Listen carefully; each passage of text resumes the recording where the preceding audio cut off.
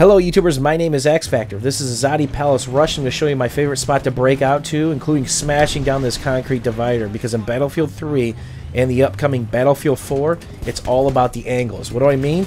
That tank's turned sideways on their back road playing between both NCOMs. Second shot's going to disable it, third shot's going to kill it. Whenever you're in a piece of armor, whether it's an LAV, a tank, or any vehicle that's on the ground in Battlefield 4, it's all about the angles. The angular damage system is coming back. So the front takes the least amount of damage, the side takes a little bit more, the rear takes a ton, depending on what angle you hit them from. And they're also adding in a top zone for javelins and well-placed RPGs from the friendly skies above. So it's going to be interesting to see how that plays out. If you haven't heard already, permanent disables are gone from Battlefield 4. Right now, if you get a tank or an LAV down to an X amount of health, no matter how you inflicted the damage, or what angle, or what side, or how many people are beating up on the piece of the armor, it disables. It's a crab crawl, and it's that way until it's either dead or it's repaired by an EOD bot or some friendly engineers. Now you've got critical hits. It's going to reward you for well-placed shots, more than likely from the top, well-placed side shot, or a rear shot. It's a temporary disable. So here's a little spot that's going to play out. I missed my shot.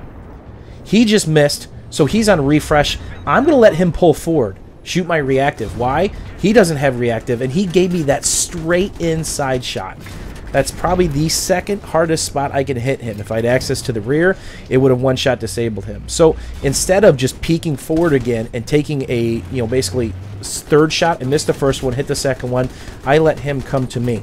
If you can bait them into that shot, do it all day long. It's going to be extremely important when Battlefield 4 comes around for people to develop armor skills, because from a lot of these maps, there's an absolute ton of armor. And it's going to be a nice way to really help your team out. So you see a couple bodies, you shoot the wall, and good things typically happen. So we got that set of MCOMs, and patience is another skill that you can learn playing armor. Tank spotted, right? I'm behind it. I could rush it. Well, here's the problem. I'm trying to hold this flank because if you notice, there's a couple guys in the building next to me, but no one's really paying attention this whole way. This entire area, which is out of bounds, this is my favorite spot to push when I'm defending as a tanker or infantry.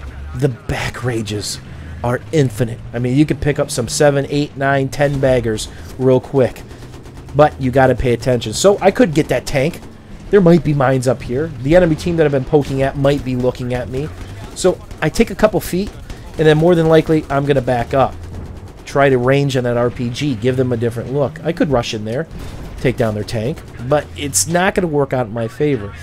On a lot of these Battlefield 4 maps, there might only be one piece of armor. There might only be two pieces of armor, and they're going to have a respawn timer, which if it's like Battlefield 3, might be a minute and a half. So I pull back, I repair to a safe spot, we're pushing again. So if you get that piece of armor down, think about what that minute and a half does for your team, even if it's just infantry. Think about how much help that does for the recons. They've got C4 now, the support players, the engineers.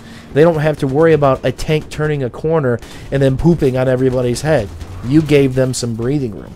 And the same thing, if you lose your tank or get it destroyed because you made a selfish push and you didn't get their tank down, now they've got the upper hand. Armor is a complement to infantry play. And here I am backing up again because these guys are smart. Some C4 sandwiches about to be given out. An engineer, maybe a medic just got smashed on. They understand the power of this lane. So when you go to jump in armor in Battlefield 4, pick a right lane. Pick a good lane. Pick something that's not going to get your team crushed. It's all about the flanks.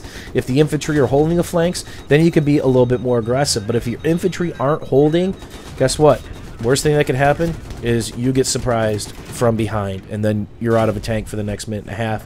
And you might not get it again because everybody's going to be fighting for them because the new armor just looks sweet in Battlefield 4. I can't wait to get some of the new complementary weapons and upgrades that are going to be available.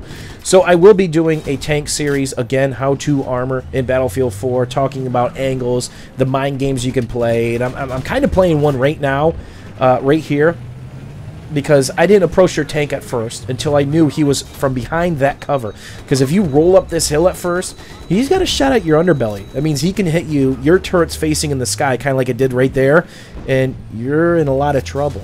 So it's about not giving them the advantage. So we'll talk about all these different tactics and what happens if you're going against an LAV with or without anti-armor shells or with the tow missile, and the games that you can play and the different things that you can do to give yourself the upper hand against one piece of armor, or more importantly, what to do when there's infantry and armor around. A lot of times when you play armor, it's not just where's that tank, go kill that tank. It's about patience and realizing what their infantry are doing, or equally as important, what your infantry are doing. If your infantry are pushing and protecting a flank, you can go be pretty creative and aggressive, as I'm pillaring this pile of rubble here to get a pot shot on this tank. It's about giving yourself a minimal exposure to the tank. Now, he's in trouble. This is where I'm going to go chase. Sometimes I won't chase. Sometimes I will chase. He's on the outskirts of the map. If he was around a bunch of infantry, there is no way I would chase this guy, because they could have the booby trap set up on me, right? And before, that's why I didn't chase. I would be literally going through their spawn point. 2 or 3 or 4 or 5 or 6 different engineers could have peeked around a corner and just literally pooped on my head.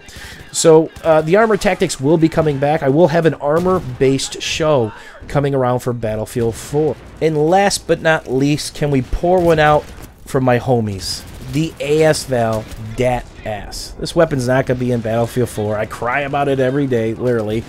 Tears on my pillow when I wake up.